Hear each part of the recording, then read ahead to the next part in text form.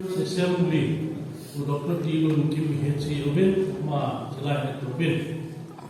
Abana moderator who pastor Ace Haulai Dunia La Esa Pipi Jen Pau Lam Pipi Jen Pau Ai Kami La Dinu Ki Pau Mi Pun La Ai Ma Jelai Assembly Kok Pion Sam Sila Kok Pion Lo Di Jen Abanin, who Dr. Holland, Kosai, Associate Administrative Secretary in ETS, RTC Principal of Atsot, PA with Financial,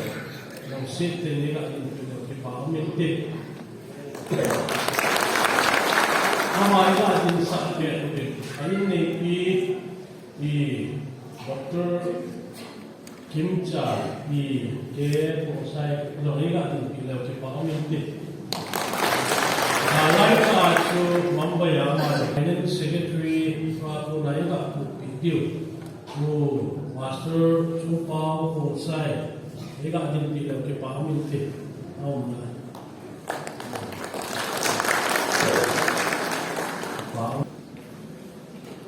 Kalian Senate Executive Secretary who passes same sit in the Latin people. Who be hung you. Papa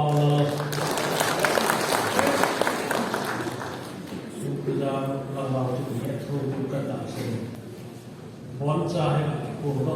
Sirona moderator who passes there with Kim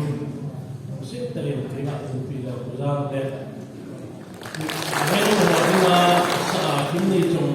Executive Secretary Manipur Sima Dr. Estonglo Dr. Satka ita ang pinagpapamit o electoral holding Manipur Sima na Finance Secretary po sit nila po iya sasaw lang ulit hoi lam ke hitam tia in hol no mai ke bizin Tripura e wata aina so pastor luna pastor ti sing so no ila din tila ta pa ku open ro umje nai Tripura Sirona assistant moderator ku open ro riam assistant moderator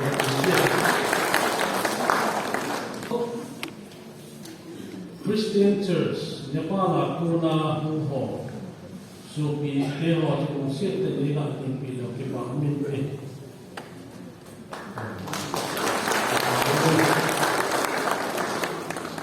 Church Hall, he program don't contain even Museum Hall. Silok Jitna delegates Aya, the 46 state.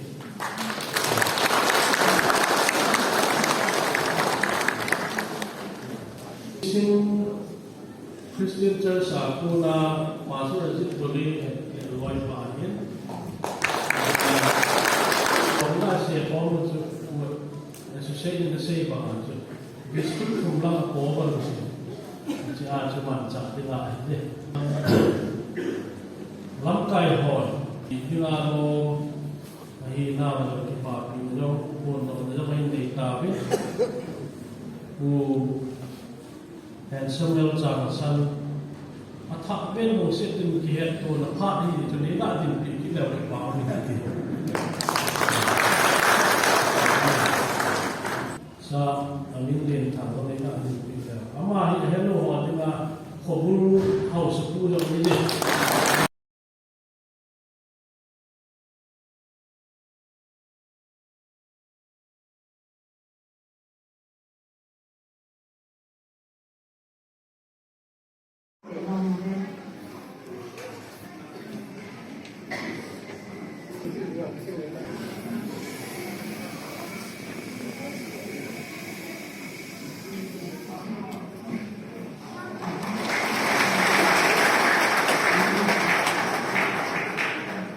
Aban kami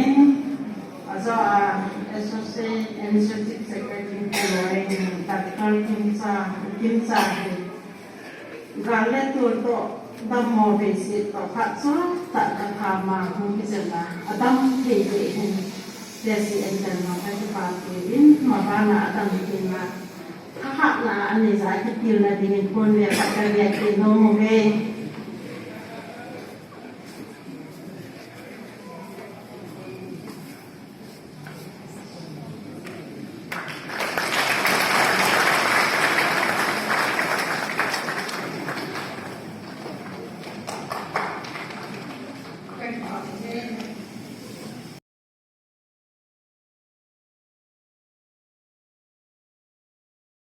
Nhìn thì này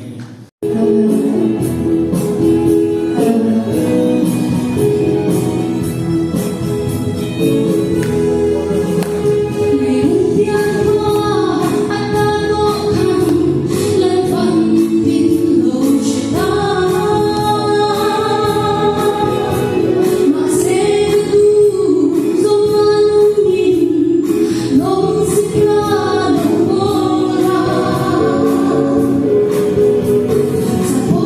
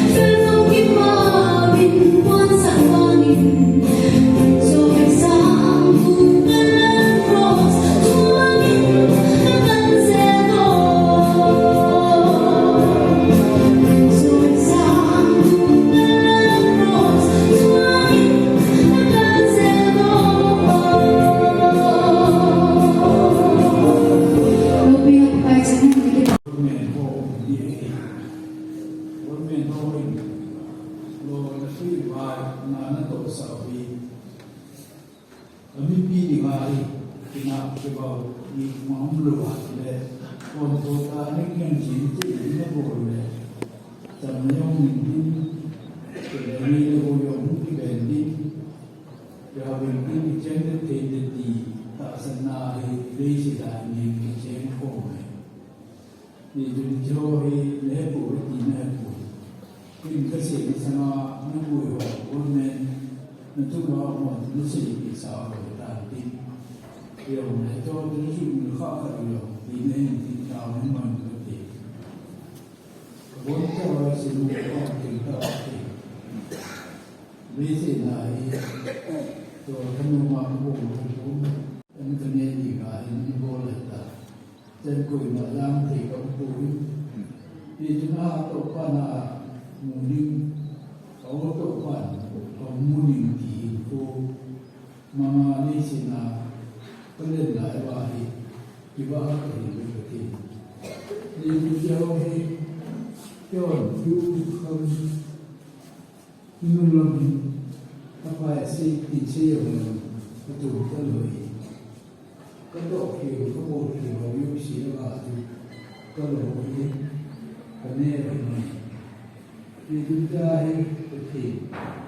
kalau kita dibuat itu kalau di luar betul kalau dibuat itu cuma betul mau dibuat itu mana yang luar apa yang luar apa yang dia siap itu tu nanti kita coba tu boleh kalau semua hidup pun ho kepada video jadi kami terjadi ayam ni lu lam le ni la ta tu na ka ni di wa hi ki wo mai won hi lo ka intin ai la wa ni pu pi ta ji wa ni ka mo ro hi ko sa ta wo men ni to mo en bo lo wa ta tu ka kin chu ti ni di wa na ka to hi ja miti la pa ga le to ma mo yu si patin nang wan ham le potho nung timpin nang isi nang doila ayo jana pan wa mi pin no ni pa yi thi wa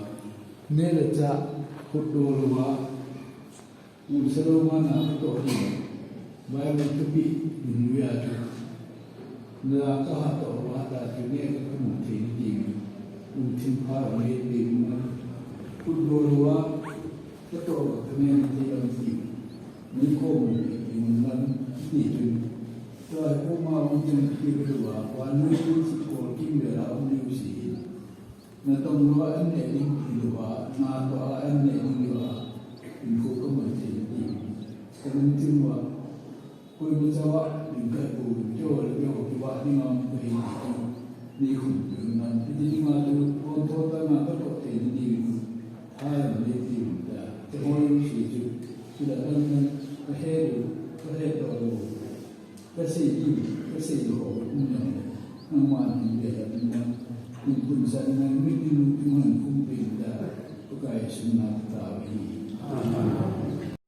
Bapak Yesus natin ang paawa ng ipangay natin. Araw siya ng ko na kontakte su. Ang sabi na kung siya matutupan kini no 0 se